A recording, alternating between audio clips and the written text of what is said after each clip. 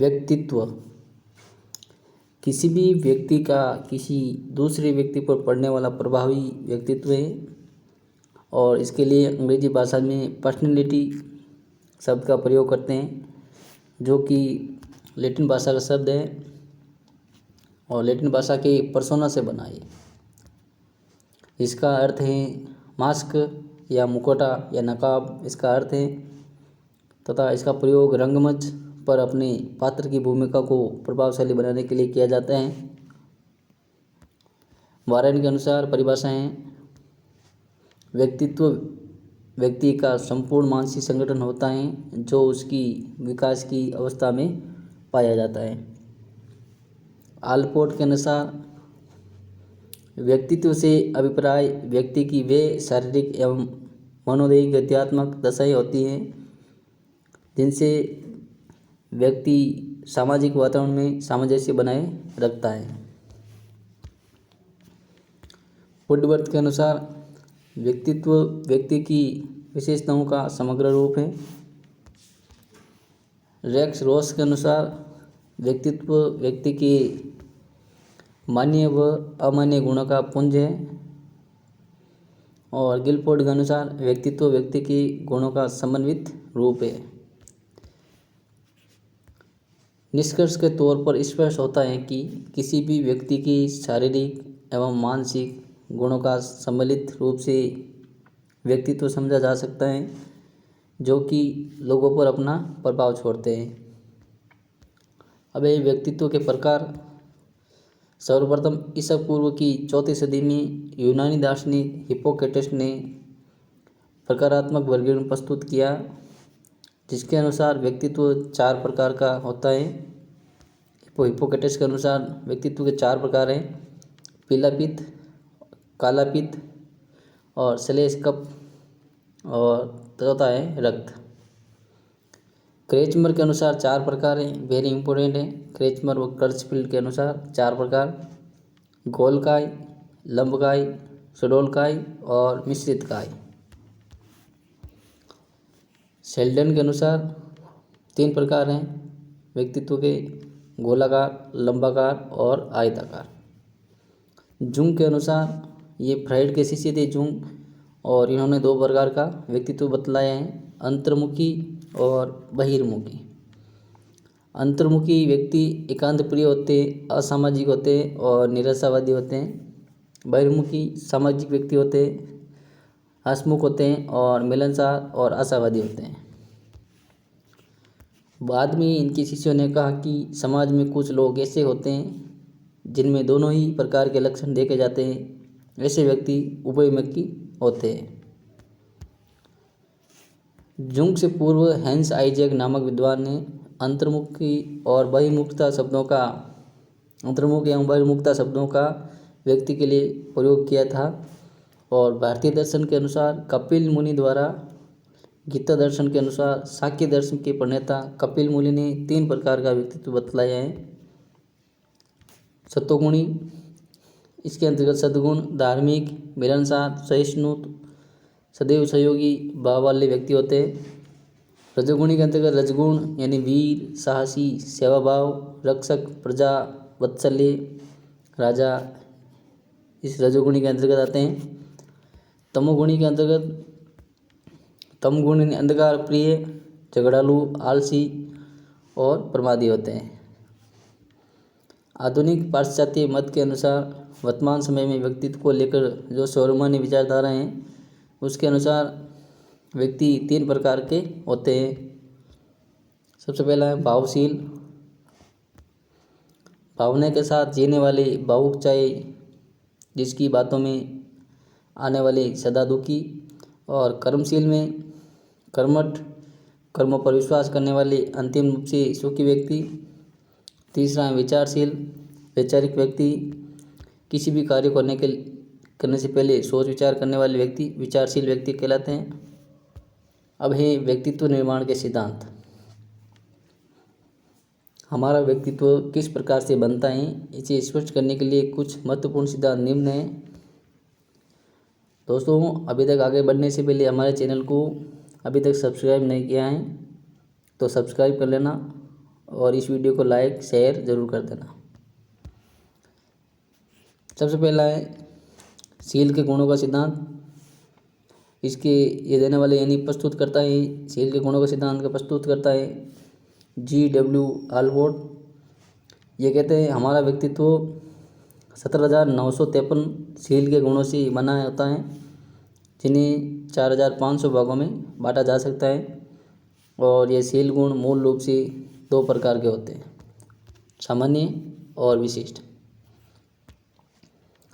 सामान्य सील गुण वे सील गुण जो सभी में सामान्य रूप से पाए जाते हैं, जैसे प्रेम, दया, सहयोग आदि सामान्य रूप से सभी व्यक्तियों में पाए जाते हैं। और विशिष्ट सील गुण वे गुण जो व्यक्ति विशेष में पाए जाते हैं तथा उसकी एक विशिष्ट पहचान बन जाते हैं, जैसे मदर टेरेसा में सेवा का गुण था।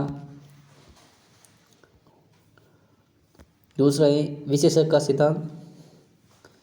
ये प्रस्तुत किया था R.B. केटल ने। केटल के अनुसार हमारा व्यक्तित्व दो प्रकार के विशेषकों यानी सील गुण विशेषता से बनता है। सबसे पहला है सतही विशेषक। वे विशेषताएं जिनका ज्ञान सामान्य व्यवहार या बातचीत से होता है। दूसरे हैं स्रोत विशेषक। जब किसी व्यक्ति के साथ कोई व्यवहार किया जाता है तब तक उसकी विशेषताओं का पता नहीं चलता, परंतु विशेष प्रयासों से पता लगाया जा सकता है कि केटल के अनुसार समाज में कुछ ऐसे व्यक्ति भी होते हैं जिन्हें स्पष्ट वक्ता कहा जाता है, परंतु ये लोग वास्तव में चक्र विक्षिप्त होते हैं। R.B. केटल ने मूलतः सील गुणों की संख्या 16 बताई है, जो सबसे पहले सबसे महत्वपूर्ण एवं धनात्मक चरित्र से संबंधित होते हैं। और इनकी पहचान के लिए 16 P.A. प्रश्नावली प्रस्तुत की। वेरी मोस्ट इम्पोर्टेंट है 16 P.A. प्रश्नावली R.B. केटल ने। और R.B. केटल ने सील गुणों की संख्या 16 बताई है, ये भी इम्पोर्टेंट है। केटल ने वैसे सामान्य व्यक्तियों में 23 व असामान्य में 12 सील गुण बताए, परंतु अंतिम रूप से 16 माने। मांग दबाव का सिद्धांत। इसके प्रस्तुत करता है हेनरी मुर्रे। मुर्रे के अनुसार प्रत्येक व्यक्ति में एक विशेष प्रकार के व्यक्तित्व निर्माण की क्षमता होती है तथा वह व्यक्ति अपने किसी भी मांग की पूर्ति के लिए आने वाले दबाव के कारण किसी व्यवहार को अपनाता है तथा वैसा ही बन जाता है। मुर्रे के अनुसार लगभग 40 प्रकार की मांगें होती हैं जो उसे दबाव में लाती है। सिगमंड फ्राइड विश्लेषण का सिद्धांत ये दिया था सिगमंड फ्राइड ने, मनोविश्लेषण का सिद्धांत। फ्राइड के अनुसार किसी भी व्यक्ति का व्यक्तित्व 3 प्रकार के घटकों से मिलकर बनता है। 3 घटक है इदम, अहम, पराहम के रूप में होते हैं। इदम, अहम, पराहम ये वेरी इंपॉर्टेंट है सिगमंड फ्राइड के। सबसे पहला है इदम को इंग्लिश में कहते हैं इड, यानी बचपन, पशु प्रकृति को पैदा करता है ये। और इदम सुखवादी सिद्धांत और स्वार्थी बनाता है। यह घटक व्यक्ति की शारीरिक इच्छाओं को प्रबल बनाता है एवं मानसिक इच्छाओं को कमज़ोर करता है। दूसरा है अहम यानी ईगो।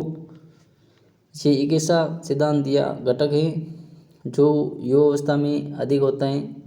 व्यक्ति में इंसानी प्रवृत्ति को पैदा करता है। यह घटक वास्तविकता में जीना सिखाता है। अहम और शारीरिक और मानसिक इच्छाओं में नियंत्रित बनाए रखता है। अहम वह घटक है जो इदम एवं पराहम में संतुलन बनाए रखता है, वेरी इंपॉर्टेंट है। पराहम इसको कहते हैं सुपर ईगो। यह वृद्धावस्था में पाया जाता है। देवत्व पद्धति पैदा करता है, यानी देवत्व प्रवृत्ति पैदा करता है ये परायम। और किसी भी व्यक्ति में सदैव शारीरिक इच्छाओं के स्थान पर मानसिक इच्छाओं को प्रबल बनाता है तथा त्याग एवं बलिदान के भाव विकसित करता है।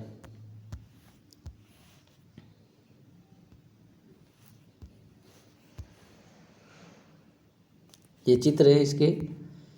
इदम असंतुलन, जैसे सामाजिक इच्छाएं, इदम शारीरिक इच्छाएं। असंतुलन मतलब शारीरिक इच्छा सर्वाधिक होती है, और अहम में मतलब समान संतुलन बनाए रखता है इदम और पराम के बीच अहम। और फिर पराम के अंतर्गत असंतुलन, जैसे पराम में मानसिक ज़्यादा होता है, शारीरिक कम होते हैं। प्रदर्शित चित्रों के आधार पर यह स्पष्ट होता है कि एक संतुलित एवं श्रेष्ठ प्रकार के व्यक्तित्व में अहम का सबसे बड़ा योगदान होता है। अब है व्यक्तित्व मापन। ये यहाँ से प्रश्न पूछा जाता है, वेरी इंपॉर्टेंट है। यानी मनोविश्लेषण विधियाँ हैं। सबसे पहली है स्वतंत्र शब्द साहचर्य विधि।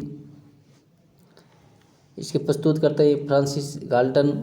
इन्होंने 1879 ईस्वी में ये विधि दी थी, और इस विधि में संबंधित प्रतिभागी के समूह 50 से 100 शब्द उद्दीपक के रूप में प्रस्तुत कर दिए जाते हैं तथा संबंधित व्यक्ति के विचार लेते हैं, जिससे उसके व्यक्तित्व का पता चला सकते हैं। दूसरा है स्वपन विश्लेषण विधि। ये विधि दी थी सिगमंड फ्राइड ने 1900 ईस्वी में। और फ्राइड के अनुसार जिस किसी व्यक्ति के व्यक्तित्व को देखना होता है, उसके द्वारा देखे गए स्वप्न का विश्लेषण किया जाता है।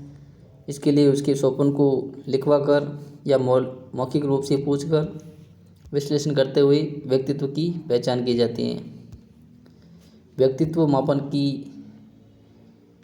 प्रक्षेपी विधियाँ वेरी इम्पोर्टेंट है ये। यानी प्रक्षेपी विधियाँ प्रश्न ऐसे पूछा जा सकता है, निम्न में से प्रक्षेपी विधि नहीं है, निम्न में से प्रक्षेपी विधि है, तो हमेशा ध्यान रखना। यानी ऐसे क्वेश्चन में हम इंग्लिश वाले क्वेश्चन देखना, और वहाँ पर देखना सब TAT, जैसे शब्द के अंत में TAT आएगा शब्द के अंत में T आएगा, वो प्रक्षेपी विधि है। सबसे पहले है शाही दबा परीक्षण, यानी IBT। इसके प्रस्तुत करता है हरमन रोर्सा, यानी रोर्सा का सही दबा परीक्षण। ये दिया था 1921 में। इस परीक्षण में कुल 10 कार्ड होते हैं, और जिन पर शाही के धब्बे बने होते हैं। 10 कार्डों में से 5 कार्डों पर सफ़ेद व काले रंग के शाही धब्बे होते हैं, और 2 कार्डों पर सफ़ेद व काला और लाल रंग के शाही धब्बे, और 3 कार्डों पर बहुरंगी शाही धब्बे होते हैं। कुल मिलाकर 10 कार्ड होते हैं। ये भी इम्पोर्टेंट है, ध्यान रखना रोर्सा का सही दबा सिद्धांत में। संबंधित व्यक्ति को यह कार्ड देकर सही के दबों के आधार पर विचार लेते हैं एवं परीक्षण किया जाता है। और वाक्य या कहानी पूर्ति परीक्षण STC देख लो, इसके भी पीछे T आ रहा है, इंग्लिश में देख लेना आप। प्रस्तुतकर्ता पाइन एवं टेंडलर के द्वारा 1930 में जिस व्यक्ति के व्यक्तित्व का परीक्षण करना होता है, उस व्यक्ति के समूह कोई अधूरा वाक्य कहानी प्रस्तुत करते हैं एवं उसे पूरा करवाने हेतु दिया जाता है और परीक्षण करते हैं। जैसे जब तक मैं स्टेशन पहुंचा, ये खाली जगह छोड़ दी, यहाँ पर बालक के विचार लेते हैं। जैसे आज तो तुमने ये कर दिया, ये से खाली जगह छोड़ देते हैं। लगता है वह भी, जैसे मैं सदैव अपने गुरुजनों का सम्मान करता हूँ, जैसे खाली जगह छोड़ देते हैं। अगला है प्रसंगी अंतर्बोध परीक्षण, इम्पोर्टेंट है। TAT देख लो, इसके पीछे भी T आ रहा है। और इसके प्रस्तुत करता है मॉर्गन एवं मुरे। ये दिया था 1935 ईस्वी में। इस परीक्षण में कुल 31 कार्ड होते हैं। ये भी प्रश्न पूछा जा चुका है। इसमें ऐसा प्रश्न पूछा जा सका है कि कुल कार्डों की संख्या कितनी है, 31 है। और मॉर्गन और मुरे के परीक्षण में कुल चित्रित कार्डों की संख्या कितनी है, तो कुल चित्रित कार्डों की संख्या है 30 कार्ड चित्रित है, और 1 कार्ड सादा यानी सिंपल है। 10 कार्ड पुरुषों के लिए है, और 10 कार्ड महिलाओं के लिए, और 10 कार्ड दोनों के लिए। यह परीक्षण 14 से अधिक आयु के लोगों का परीक्षण संभव है इस परीक्षण से, वह ये भी इम्पोर्टेंट है।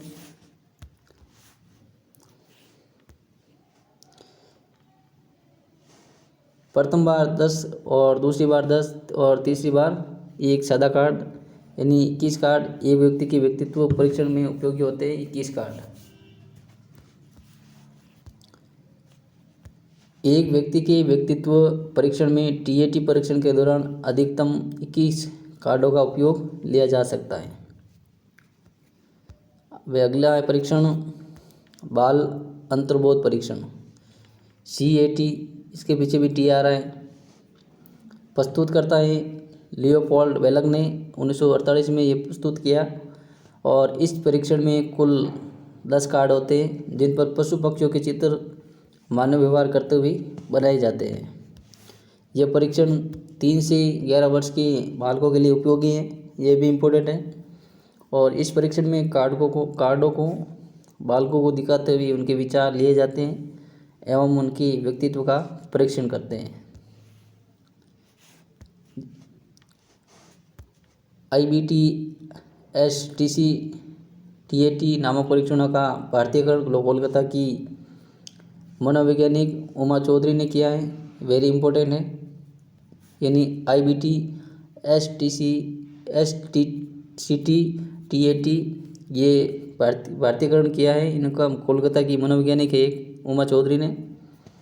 और बाल अंतर्बोध परीक्षण का विकास विशेष रूप से डॉक्टर अर्नेस्ट के द्वारा किया गया है।